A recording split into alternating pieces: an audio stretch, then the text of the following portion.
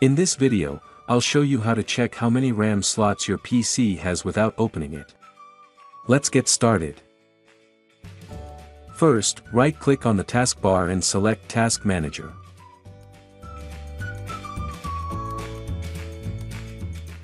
Now, go to the Performance tab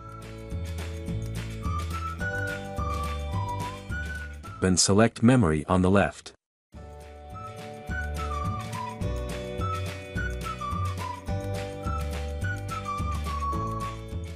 Look for slots used under Memory.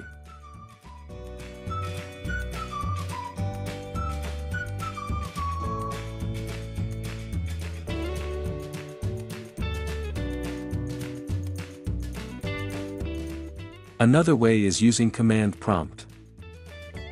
Search CMD in the Start menu and open it. Now type this command and press Enter.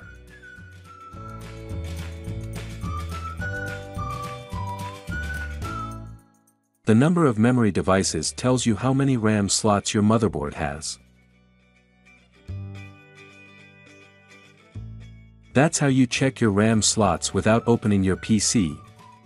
If this video helped, hit the like button and subscribe for more tech tips.